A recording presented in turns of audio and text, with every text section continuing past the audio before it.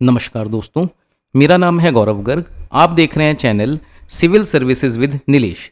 आज हम हमारी करंट अफेयर्स की सीरीज में इंडिया चाइना रिलेशंस के बारे में बात करेंगे।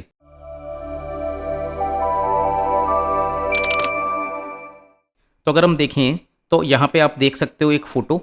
ये मैंने इंडियन एक्सप्रेस के जो आज के आर्टिकल्स हैं इंडिया चाइना रिलेशंस के ऊपर वो लगाया है।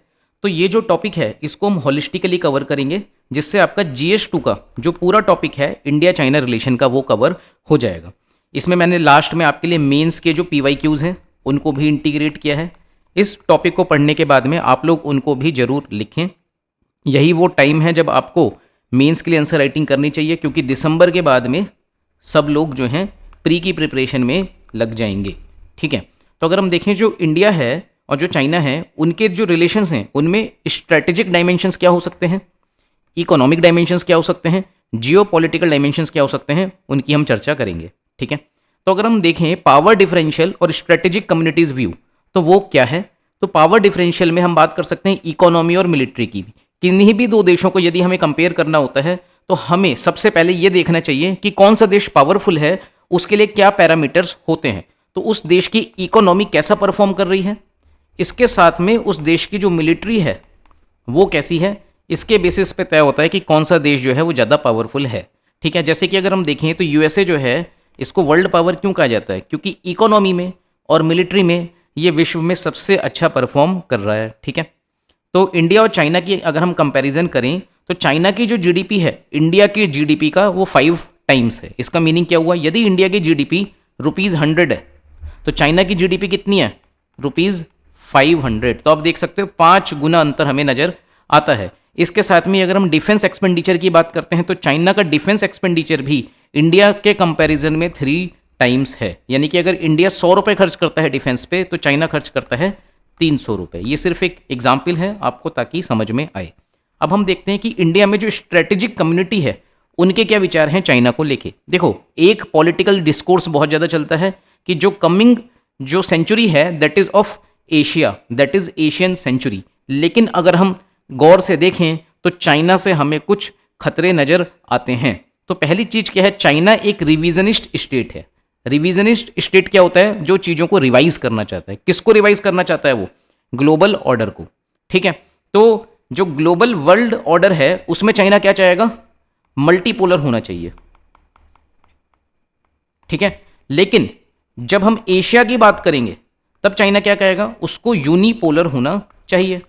इसका मीनिंग क्या हुआ, देखो अभी के समय में ग्लोबल लेवल पे USA सुपर पावर है, तो चाइना क्या चाहेगा, USA सुपर पावर ना रहे। ठीक है, और चाइना और USA क्या हो जाएं, लगभग एक दूसरे के बराबर हो जाएं। इस वजह से वो कहेगा मल्टीपोलर वर्ल्ड होना चाहिए ताकि बैलेंस ऑफ पावर इस्टेब्लिश हो सके। लेकिन जब हम एशिया की बात करेंगे तो चाइना क्या चाहेगा, इंडिया ज़्यादा तरक्की ना करे और इंडिया जो है वो एक कॉम्पिटिटर के तौर पे ना उभर के आए चाइना के लिए, और उसमें रहे क्या, यूनिपोलर एशिया। ठीक है, तो एशिया रहेगा यूनिपोलर और जो ग्लोबल वर्ल्ड ऑर्डर होगा वो होगा मल्टीपोलर। ये क्या है, चाइना चाहता है। और क्योंकि चाइना रिवाइज करना चाहता है ग्लोबल ऑर्डर को, इसीलिए उसको हम कह रहे हैं that it is a revisionist state. इसके साथ में ही जो दूसरा पॉइंट है वो आप देख सकते हो कि जो चाइना है वो मिडिल किंगडम कॉम्प्लेक्स से सफ़र कर रहा है। अब मिडिल किंगडम कॉम्प्लेक्स का मतलब क्या होता है वो हम समझते हैं। देखो, चाइना ये कहता है कि हमारा जो देश है ना वो उसकी जो पेरीफेरी पे जितने भी देश हैं ये सारे के सारे कैसे हैं, ये बारबेरियन कंट्रीज हैं। ठीक है, बारबेरियन मतलब जो क्रुएलिटी करते हैं। ठीक है, और ये सारे जो बारबेरियन नेशंस हैं इन्होंने परसिक्यूट किया है किसको, चाइना को। For how many years, 200 years of persecution China ने झेला है from the countries which are barbarian, और वो उसकी पेरीफेरी उसके आसपास में है। जैसे कि उसमें वो एग्जाम्पल देते हैं मंगोल्स का। ठीक है, और भी दूसरे किंगडम्स का जिन्होंने उनका परसिक्यूशन किया है। तो इसी वजह से चाइना क्या कहता है कि उन लोगों ने हमारा परसिक्यूशन किया है तो अब हमारी ये रिस्पॉन्सिबिलिटी है, अब हम क्या करेंगे, उन लोगों ने जितनी टेरिटरी हमारी एनेक्स कर ली थी उसको हम दोबारा से रीगेन करेंगे। तो इस तरीके के बेस को चल के चाइना क्या कर रहा है, अपनी पॉलिसी बहुत ज़्यादा एग्रेसिव रखता है। और हमें क्या देखने को मिल रहा है कि चाइना किस तरीके से दूसरे देशों में डेट ट्रैप के जरिए या फिर अपने अग्रेशन के जरिए उनके जो टेरिटरीज है उनको अपनी टेरिटरी क्लेम करता है। ठीक है, तो China sees itself as a civilisational centre of the world. वो क्या कहता है, हम तो पूरे विश्व की सिविलाइजेशन का एक केंद्र हैं और डिमांडिंग डेफरेंस, सबको हमारे सामने झुक के रहना चाहिए, हमें रिस्पेक्ट करनी चाहिए। फिर जो तीसरा एस्पेक्ट है जो हमारी स्ट्रेटेजिक कम्युनिटी देखती है चाइना का, वो है चाइनीज कम्युनिस्ट पार्टीज लेजिटिमेसी। अब आपको मालूम ही है कि चाइना में क्या है, बताओ आप लोग, डिक्टेटरशिप है। तो जहाँ पे डिक्टेटरशिप होती है वहाँ पे जो इंडिविजुअल राइट्स होते हैं वो बहुत कम होते हैं, यानी कि आम आदमी के अधिकार कम होते हैं। वहाँ पे फ्रीडम कम होती है, फ्रीडम ऑफ स्पीच कम होती है। वहाँ पे डिसेंट जो है, डिसेंट मतलब असहमति, वहाँ पे राइट टू डिसेंट भी नहीं होता। वहाँ पे बेसिकली क्या होती है, तानाशाही होती है। तो जैसे ही चाइना में जो सरकार है उसके खिलाफ में माहौल बनना चालू होता है, लोगों को लगता है कि ये जो सरकार है हमारे सिविल राइट्स को कर्ब कर रही है, तो चाइना क्या करता है, जो डायरेक्शन है उसको शिफ्ट कर देता है टू द एक्सटर्नल थ्रेट। जैसे चाइना क्या करेगा उस टाइम पे, डोकलाम इशू को क्रिएट कर देगा। उस टाइम पे चाइना क्या करेगा, गलवान वैली वाला इशू लेके चलाएगा, और इसके जरिए जो उनकी लोकल पॉपुलेशन है वो जब भी किन पे आती है, लोकल इश्यूज पे आती है, तब वो नेशनलिज्म के नाम पर, राष्ट्रवाद के नाम पे उन लोगों को डाइवर्ट कर देता है टुवर्ड्स द एक्सटर्नल थ्रेट्स। देखो यहाँ पे लिखा हुआ है, to maintain domestic legitimacy Chinese leaders में divert attention to external threats. ठीक है, ताकि उनको अपने घर में लेजिटिमेसी मिलती रहे। अब चाइना का एक क्लियर एज भी हमको समझ में आता है, जैसे कि हमने देखा कि चाइना जीडीपी में अच्छा परफॉर्म कर रहा है और मिलिट्री में भी अच्छा परफॉर्म कर रहा है। इसी वजह से India seeks to avoid direct conflict and instead focus on strategic balancing. ठीक है, इस वजह से भारत नहीं चाहता कि चाइना के साथ में हमारा डायरेक्ट कन्फ्लिक्ट हो। फिर हम बात करें पास्ट की, तो हम होलिस्टिकली देखेंगे कि क्या सिचुएशंस थी जिसके कारण 1962 में हमें एक वॉर देखने को मिलती है, और हमारे जो देश का हिस्सा था अक्साई चिन, उसके ऊपर चाइना ने कब्जा कर लिया था। ठीक है, तो देखो 1954 में एक पंचशील एग्रीमेंट होता है हमारे चाचा नेहरू के बीच में और चाइना के बीच में। ठीक है, और उसमें इंडिया ने फॉर्मली रिकॉग्नाइज कर लिया कि जो तिब्बत है वो चाइना का हिस्सा है। ऑल्दो उस टाइम पे जब चाइना में कम्युनिस्ट गवर्नमेंट रूल कर रही थी, तो यूएसए और विश्व के दूसरे देश जो हैं वो चाइना की उस कम्युनिस्ट गवर्नमेंट को मान्यता नहीं देते थे। उनका कहना क्या था कि जो ताइवान है दैट इज रियल चाइना।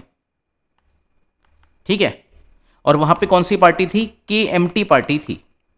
ठीक है, आपने शायद सुन यात सेन का नाम भी सुना हो। ये वो समय था जब चाइना में डेमोक्रेसी हुआ करती थी, और वहां पे जब कम्युनिस्ट पार्टी आती है तब डेमोक्रेसी को हटा देती है। जो डेमोक्रेटिक लोग होते हैं वो ताइवान में जाके छुप जाते हैं, और वहां पे कम्युनिस्ट पार्टी का शासन आ जाता है जो डिक्टेटरशिप चलाती है, जिसकी वजह से यूएस और बहुत सारी वेस्टर्न यूरोपियन कंट्रीज ने उस टाइम की कम्युनिस्ट पार्टी को जो चाइना पे रूल कर रही थी मान्यता नहीं दी थी।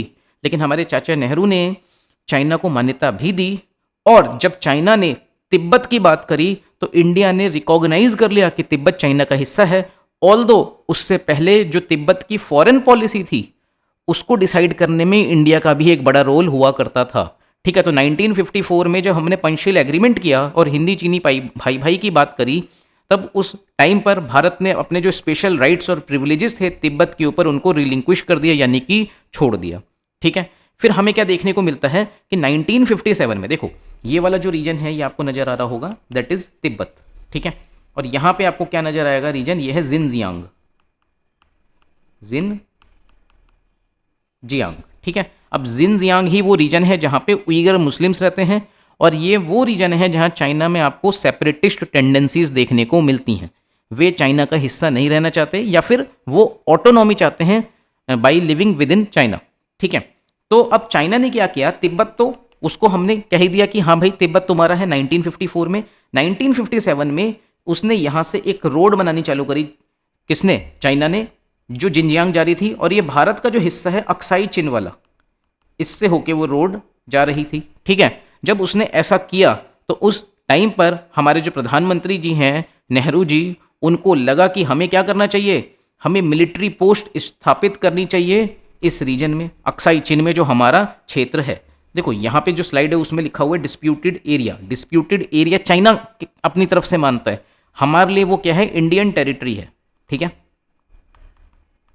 तो इंडियन टेरिटरी पे चाइना ने रोड बनाई कब? अक्साई चीन की तरफ 1957 में। रोड जो है वो अक्साई चीन से होकर गुजर रही थी और वो तिब्बत को किससे जोड़ रही थी?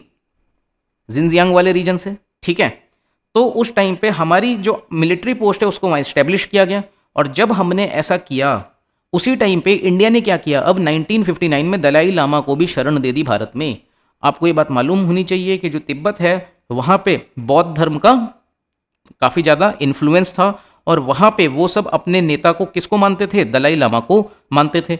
लेकिन उस टाइम पे जब हमने देखा कि 1954 में तिब्बत पे चाइना का कंट्रोल हो जाता है, तब 1959 में भारत सरकार ने दलाई लामा को असाइलम यानी कि शरण दे दी। तब हुआ क्या है, सबसे पहले तो चाइना ने हमारी टेरिटरी के थ्रू एक रोड बनाई। जब उसने रोड बनाई तो हमने क्या किया, अपनी मिलिट्री फोर्स जो है, मिलिट्री पोस्ट जो है वहाँ पे इस्टेब्लिश कर दी। उसके बाद में हमने दलाई लामा को शरण भी दे दी। और इसके बाद में क्या होता है, चाइना ये कहता है कि नेहरू की जो पॉलिसी है किस चीज़ की, यहाँ पे मिलिट्री पोस्ट बनाने की, वो उसकी एक फॉरवर्ड पॉलिसी है और वो एक बहुत अग्रेसिव पॉलिसी है। और उसको चाइना ने क्या कहा कि ये कोशिश की गई है हमें परेशान करने की, और चाइना ने प्री एम्प्टिव वॉर चालू कर दी 1962 में। ठीक है, प्री एम्प्टिव वॉर का मतलब ये होता है कि अगर हम युद्ध चालू नहीं करेंगे तो दूसरा देश हम पे हमला कर देगा और हमें बहुत ज़्यादा नुकसान होगा। तो 1962 का युद्ध क्यों चालू हुआ, वो कैसे चालू हुआ, उसके पीछे का प्रोसेस आपको यहाँ से समझ में आ गया होगा। अब एक चीज़ जो और है वो ये है कि जो पंचशील एग्रीमेंट हुआ था 1954 में, उसके लिए चाचा नेहरू को क्रिटिसाइज भी किया जाता है कि that was a policy of appeasement, क्योंकि इंडिया को रिटर्न में कुछ भी नहीं मिला। हमने ये स्वीकार कर लिया कि तिब्बत चाइना का हिस्सा है, लेकिन हमको क्या मिला? ठीक है, तो ये वन साइडेड एग्रीमेंट नजर आता है, जिसकी वजह से उनकी कई बार आलोचना भी की जाती है। ठीक है, फिर आप देखोगे तो आज के टाइम में जो डिस्प्यूट है, पहले हम ये मैप समझ लेते हैं, फिर हम बात करेंगे कि क्या सिचुएशंस हुई उस वॉर की और क्या आउटकम निकल के आया। तो जैसे कि आप यहाँ पे भी देख रहे होंगे इस मैप में, एक बार हम इसको थोड़ा सा डिटेल में समझते हैं। तो आप देखो, ये जो टेरिटरी है ये ऑफिशियली हम यही कहते हैं कि भारत का हिस्सा है, और ये अक्साई चीन है। ये वाला जो रीजन आपको नजर आ रहा है छोटा सा, ये है सक्सगम वैली। ठीक है, ये जो रीजन है ये पहले पाकिस्तान के पास में था और पाकिस्तान ने चाइना को ये टेरिटरी गिफ्ट कर दी। ठीक है, इसके साथ में आप यहाँ देख सकते हो कि ये वाला जो रीजन है, स्पेसिफिकली ये छोटा सा रीजन, ठीक है, ये आपका क्या है, पीओके है। ये वाला जो ऊपर का रीजन है ये आपका गिलगिट बाल्टिस्तान है। ठीक है, तो जब हम कहते हैं LAC क्या है, लाइन ऑफ एक्चुअल कंट्रोल, तो वो बेसिकली इंडिया और जो अक्साई चीन है उसके बीच की बाउंड्री है। ठीक है, इसको हम कहते हैं LAC। और ये वाली जो बाउंड्री है ये, इसको हम क्या कहेंगे, जॉनसन लाइन। ठीक है, ये चीज आपको समझ में आई होगी। तो चाइना जो है वो जॉनसन लाइन को मानता ही नहीं है। वो क्या कहता है कि अक्साई चीन तो हमारा ही हिस्सा था और इंडिया ने गलत उस पर कब्जा किया हुआ था। ठीक है, तो ये चीज आपको क्लियर होनी चाहिए। तो अगर हम बात करें जो LAC है, लाइन ऑफ एक्चुअल कंट्रोल है, it is not international border. ये इंटरनेशनल बॉर्डर नहीं है। इंडिया के अकॉर्डिंग इंटरनेशनल बॉर्डर क्या है, जॉनसन लाइन। ठीक है, ये बात आपको अच्छे से याद रख लेनी है। अब हम आगे बढ़ते हैं और समझते हैं कि बॉर्डर डिस्प्यूट कहाँ कहाँ पर है। तो देखो, इंडिया और चाइना के बीच में जो बॉर्डर डिस्प्यूट है उसको हम 3 सेक्टर्स में डिवाइड कर सकते हैं। एक जो सेक्टर है वो है वेस्टर्न सेक्टर, जो आपको इस कलर में नजर आ रहा है। ठीक है, ये लद्दाख से जो बॉर्डर लगता है चाइना का, वो वाला सेक्टर है। और इसी में जो ये वाला हिस्सा है, ये जिसको अक्साई चीन कहते हैं, इस पे किसका कब्जा हो गया है, चाइना का कब्जा हो गया है 1962 में। ठीक है, अब इसमें भी जो वेस्टर्न सेक्टर है उसमें 2 लाइन्स होती हैं, एक है जॉनसन लाइन और दूसरी है मैकडोनल्ड लाइन। तो जो जॉनसन लाइन है वो कहाँ से होकर गुजरती है, वो ऐसे गुजरती है, जो ये रेड है। और जॉनसन लाइन के अकॉर्डिंग जो अक्साई चीन है वो भारत का हिस्सा है। लेकिन एक लाइन और है जिसको हम कहते हैं मैकडोनल्ड लाइन, जो अगर हम सही मान लें तो उसमें क्लेम क्या है कि अक्साई चीन इज फॉर चाइना। ठीक है, तो यहां पे हम एक बार दोबारा से देखते हैं। ये वाली जो लाइन आप कह सकते हो ये क्या है आपकी, बताओ, मैकडोनल्ड लाइन। और ये जो लाइन है ये है आपकी जॉनसन लाइन। आई होप आपको ये चीज़ क्लियर हुई होगी। ठीक है, तो जॉनसन लाइन के तहत जो अक्साई चीन है वो भारत का हिस्सा है, और 1962 से पहले जो अक्साई चीन है वो इंडिया के ही कंट्रोल में था। ठीक है, तो जो जॉनसन लाइन है उसने क्लेम किया Aksai Chin for India, McDonald line claims Aksai Chin for China. अब करंट स्टेटस क्या है? Aksai Chin has been under Chinese occupation since 1962, Shaksgam valley ceded by Pakistan to China in 1963। अब जो LAC है, लाइन ऑफ एक्चुअल कंट्रोल है, ये सर्व करता है एक डी फैक्टो बॉर्डर, दो इट रिमेन्स डिस्प्यूटेड। ठीक है, तो हमने क्या देख लिया कि LAC कौन सी लाइन है? ये वाली। ठीक है, फिर अगर हम मिडिल सेक्टर की बात करें तो मिडिल सेक्टर में आपका उत्तराखंड वाला क्षेत्र आ जाएगा और थोड़ा सा हिमाचल प्रदेश वाला क्षेत्र आ जाएगा। ये सेक्टर लार्जली अनडिस्प्यूटेड है, रिलेटिवली सेटल्ड है, बहुत छोटे मोटे माइनर डिसएग्रीमेंट्स हैं स्पेसिफिक एरियाज को लेके, लेकिन एज सच हमें बहुत ज़्यादा डिस्प्यूट देखने को नहीं मिलता है। लेकिन जैसे ही हम बात करते हैं ईस्टर्न सेक्टर की, तो 1914 में एक शिमला कॉन्फ्रेंस होती है जहां पे मैकमोहन लाइन को ड्रू किया गया था। तो इंडिया और चाइना का जो ईस्टर्न सेक्टर पे बॉर्डर लगता है उसको हम कहते हैं मैकमोहन लाइन, जिसको इंडिया ने स्वीकार कर लिया लेकिन चाइना स्वीकार नहीं करता। और चाइना क्या कहता है कि पूरा का पूरा अरुणाचल प्रदेश तो हमारा ही है। 1962 में चाइना ने जब भारत के साथ में युद्ध किया था तो अरुणाचल प्रदेश के ठीक ठाक एरिया को कब्जा भी कर लिया था, लेकिन बाद में उसने विड्रॉ कर लिया। ठीक है, चाइना ने फॉर्मली जो सिक्किम है उसको भी भारत का हिस्सा नहीं माना था। कब तक? 2003 तक।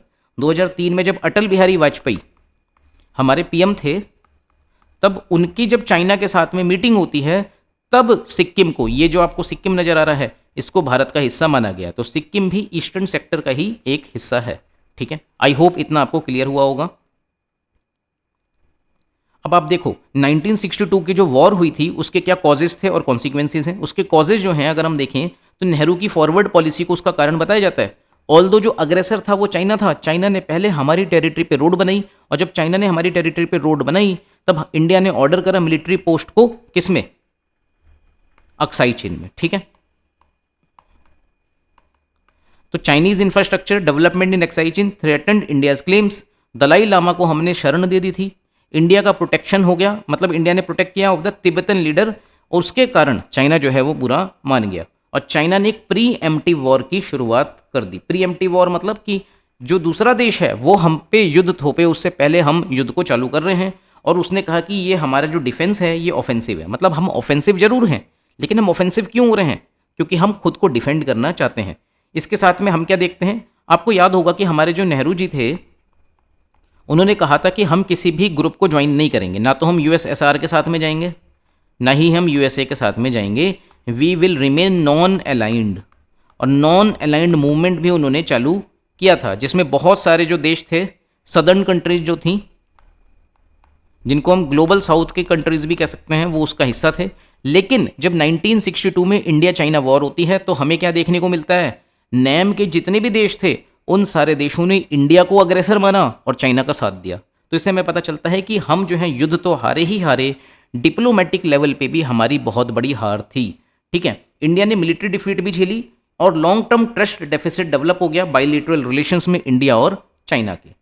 ठीक है, फिर हम देखते हैं 1962 के बाद में जो रिश्ते हैं वो नॉर्मलाइज होना कब शुरू हुए? 1988 में। सोचो आप, 1962 में युद्ध हुआ है, उसके बाद में 1988 में रिश्ते थोड़े से नॉर्मलाइज होना चालू होते हैं, जब राजीव गांधी क्या करते हैं, एक मतलब राजीव गांधी की विजिट होती है चाइना में और एक जॉइंट वर्किंग ग्रुप जो है उसको इनिशिएट किया जाता है to discuss the border issues. उसके बाद में जो बड़ा काम हुआ है वो 1993 में नरसिम्हा राव के टाइम पर हुआ है, जिन्होंने एक एग्रीमेंट साइन किया था on peace and tranquillity along the LOC। ठीक है, 2003 में वाजपेयी जी जाते हैं चाइना में और चाइना रिकॉग्नाइज कर लेता है सिक्किम भारत की टेरिटरी है। उससे पहले सिक्किम को भारत की टेरिटरी चाइना नहीं मानता था, जबकि सिक्किम भारत का हिस्सा 1973 में ही बन गया था। ठीक है, इसके साथ में ही जो नाथुला पास था उसको भी ट्रेड के लिए ओपन कर दिया गया। ये बहुत इंपॉर्टेंट है नाथुला पास, इसकी लोकेशन आपको मैप में देखनी है। ठीक है, फिर हम देखें तो 2003 में ही वाजपेयी जी की जो विजिट है, सिक्किम देश का हिस्सा मान लिया गया चाइना के द्वारा, नाथुला पास ओपन हो गया ट्रेड के लिए। उसके साथ में ही जो तीसरा पॉइंट है वो ये है कि बॉर्डर डिस्प्यूट के लिए बॉर्डर सेटलमेंट के प्रिंसिपल्स बनाए गए। उनमें क्या बात कही गई थी? उनमें कहा गया था कि लोगों के सेंटिमेंट्स का ख्याल रखा जाएगा, जोग्राफिकल जो एस्पेक्ट्स हैं जोग्राफिकल रियलिटीज़ हैं उनका ख्याल रखा जाएगा, प्रैक्टिकल डिफ़िकल्टीज़ का ख्याल रखा जाएगा और दोनों देश एक दूसरे की म्यूचुअल रिस्पेक्ट करेंगे और उन प्रिंसिपल्स को ध्यान में रखते हुए जो बॉर्डर्स हैं उनको सेटल किया जाएगा, इस विवाद को निपटाया जाएगा। ठीक है। फिर हम अगर देखें तो इकोनॉमिक एंड वाटर इश्यूज़ को और इंडिया चाइना के बायलेटरल ट्रेड को, तो $102 बिलियन का बायलेटरल ट्रेड में हमको डेफिसिट देखने को मिलता है चाइना के साथ में, यानी कि इससे हमें पता चलता है कि कितना ज़्यादा हम चाइना के सामान पे निर्भर हैं। हम चाइना में एक्सपोर्ट बहुत कम करते हैं और इंपोर्ट बहुत ज़्यादा करते हैं, इसलिए हमें ट्रेड डेफिसिट यानी कि व्यापार घाटा नज़र आता है। तो इंडिया जो है रॉ मटेरियल को एक्सपोर्ट करता है और चाइना से फिनिश्ड प्रोडक्ट को लेता है। इसके साथ में ही चाइना हमारे प्रोडक्ट्स पे नॉन टैरिफ बैरियर लगा देता है, स्पेशली किन पे, फार्मा सेक्टर के प्रोडक्ट जो है, फार्मास्यूटिकल्स, एग्रीकल्चर और आईटी। अगर आप देखोगे तो इंडिया जो है AIP active API active pharmaceutical ingredients का एक बहुत बड़ा मार्केट है और इंडिया के जो APIs हैं वो विदेशों में भी ठीक ठाक रूप से बिकते हैं। इसके साथ में एग्रीकल्चर सेक्टर जो है वो भी हमारा देश जो है उसमें ठीक परफॉर्म करता है और हमारे देश की जो 50% के आसपास की जो पॉपुलेशन है वो अभी भी एग्रीकल्चर में इन्वॉल्व है और IT सर्विसेज में तो हम बहुत अच्छा परफॉर्म कर रहे हैं। तो इन चीज़ों के ऊपर चाइना क्या करता है, नॉन टैरिफ बैरियर लगा देता है। चाइना इंडिया चाइना से क्या कहता है कि हम ये चाहते हैं कि लोकल करेंसी में ट्रेड किया जाए, ठीक है, लेकिन चाइना उस चीज़ को रिजेक्ट कर देता है। इसके साथ में ही हम रुपये को डेप्रिशिएट नहीं कर सकते हैं, ठीक है, क्योंकि अगर ऐसा होगा तो इंडियन इंपोर्ट्स और ज़्यादा महंगे हो जाएंगे। हमें क्या देखने को मिलता है, चाइना अपनी करेंसी को डीवैल्यू करता है। क्यों? क्योंकि चाइना मेनली एक्सपोर्ट करता है, तो जो देश एक्सपोर्ट करता है वो अपनी करेंसी को डीवैल्यू करके अपने प्रोडक्ट्स को सस्ता कर सकता है, लेकिन वह देश जो क्या कर रहा है, इंपोर्ट कर रहा है, यदि वहाँ पे रुपये डेप्रिशिएट हो जाता है या वह देश अपनी करेंसी को डीवैल्यू करता है तो उसके लिए जो इंपोर्ट्स हैं और भी ज़्यादा महंगे हो जाएंगे। ठीक है। अब हमें जो और समस्या की बात है वो क्या है कि चाइना एक डैम बना रहा है ब्रह्मपुत्र नदी के ऊपर। आप देख सकते हो चाइना में इसको यारलुंग सैंगपो कहा जाता है। ठीक है। कंसर्न्स क्या हैं, earthquake prone zone risk, dam failure. ठीक है। आप इस रीजन को देखोगे तो यहीं पे आपको हिमालय भी नजर आएंगे। तो ये अर्थक्वेक प्रोन जोन हुई कि नहीं हुई। इसके साथ में ही अगर भारत की वॉर लाइक सिचुएशन होती है चाइना के साथ में, तो चाइना क्या कर सकता है, हमारे पानी को रोक सकता है या फिर रुके हुए पानी को छोड़ के रिलीज करके फ्लड लाइक सिचुएशंस भारत में क्रिएट कर सकता है। ठीक है। क्योंकि जो चाइना है वो अपस्ट्रीम कंट्री है डैम के मतलब कि ब्रह्मपुत्र नदी के मामले में, और भारत एक डाउन स्ट्रीम कंट्री है, और जो भी अपस्ट्रीम कंट्री होती है वो मोस्टली बेनिफिट में रहती है किसी भी नदी को लेकर। ठीक है। फिर हम बात करें चाइना की स्ट्रेटेजी क्या है साउथ एशिया में और उसकी ओशन स्ट्रेटेजी क्या है। तो देखो चाइना की साउथ एशियन स्ट्रेटेजी ये है, China advocates multipolarity globally but seeks unipolarity in Asia. इसकी बात हमने पहले भी करी थी। कंटेनमेंट ऑफ इंडिया पे चाइना का फोकस रहता है। Attempts to limit India's regional influence through deepening ties with the India's neighbours.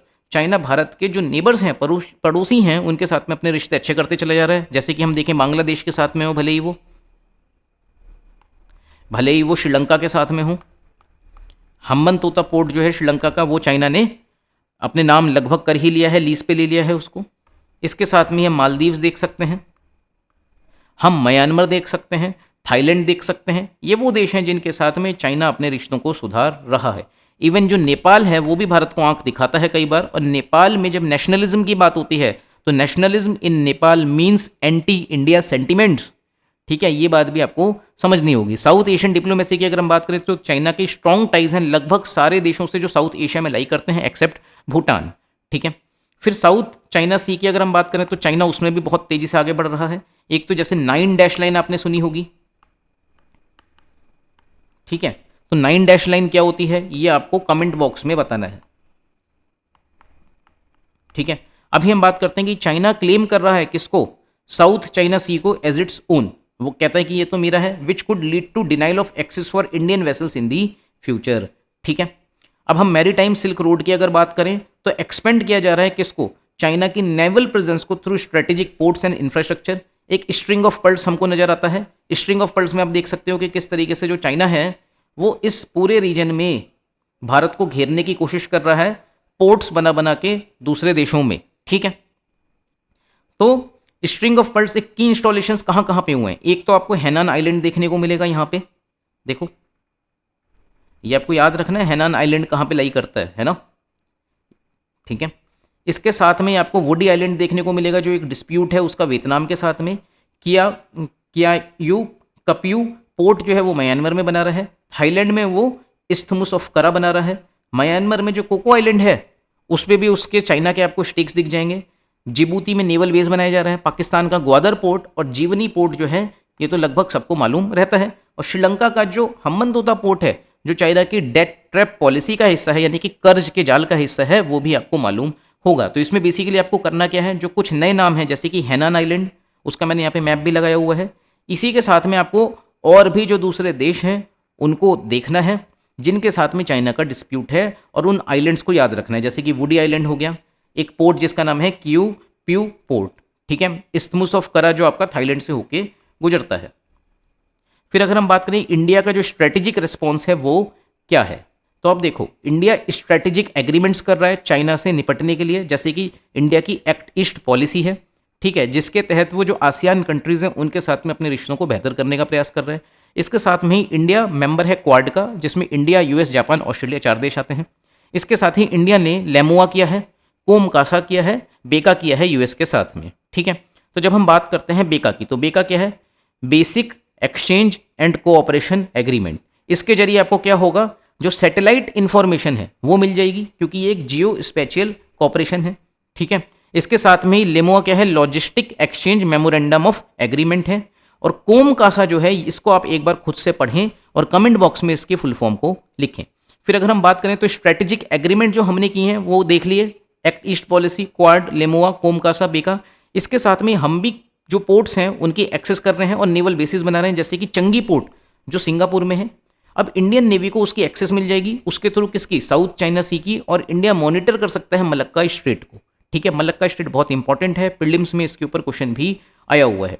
फिर हम देख सकते हैं कि इंडोनेशिया में सबांग पोर्ट जो है इंडिया के पास में उसके स्टेक्स हैं, ईरान में जो चाबहार पोर्ट है, और जिबूती में भी नेवल फैसिलिटी जो है उसमें इंडिया इन्वॉल्व है, ठीक है। फिर अगर हम रीजनल फोरम्स की बात करें तो Indian Ocean naval symposium, Indian Ocean rim association, इनको भी इंडिया को रिवाइव करने की जरूरत है, इनको और ज़्यादा इंपॉर्टेंट बनाने की जरूरत है। इंडिया के पार्टिसिपेशन की अगर हम बात करें तो इंडिया क्या कर रहा है, अपनी स्टेक्स को डाइवर्सिफाई कर रहा है, बैलेंस ऑफ पावर की कोशिश कर रहा है। वो यूएस वाले के साथ में भी अपने रिश्ते अच्छे कर रहा है, जो पोर्ट्स हैं उन पे अपनी एक्सेस और नेवल बेसिस बना रहा है, रीजनल फोरम्स को स्ट्रॉन्ग करने की कोशिश कर रहा है। इसके साथ में वो चाइना के साथ भी पार्टिसिपेट कर रहा है, जैसे कि वो डायलॉग मेंटेन करता है चाइना के साथ में, हॉस्टिलिटी को भी रिड्यूस कर रहा है शंघाई कोऑपरेशन ऑर्गेनाइजेशन के जरिए, ब्रिक्स के जरिए, और एशियन इंफ्रास्ट्रक्चर इन्वेस्टमेंट बैंक्स के जरिए, ठीक है। शंघाई कोऑपरेशन ऑर्गेनाइजेशन का भी भारत सदस्य है, ब्रिक्स का भी है, और इससे इंडिया लोन भी अच्छा खासा लेता है, ठीक है। अब इंडिया के जो ब्रॉडर स्ट्रेटेजिक पार्टनरशिप्स हैं वो क्या हैं, तो इंडिया की फॉरेन पॉलिसी क्या है, उसका उद्देश्य है कि हमें काउंटर बैलेंस करना है चाइना को by strengthening ties with the like minded powers, जैसे कि फ्रांस के साथ में। अब फ्रांस को हम कह सकते हैं कि वो नया रशिया है, क्यों, क्योंकि वह यूएनएससी में परमानेंट मेंबर है, नेवल प्रेजेंस है फ्रांस की इंडियन ओशन में, ठीक है। अब इंडियन ओशन में फ्रांस की नेवल प्रेजेंस है, उसके तहत फ्रांस का कौन सा आइलैंड है इंडियन ओशन में, रीयूनियन आइलैंड, ठीक है।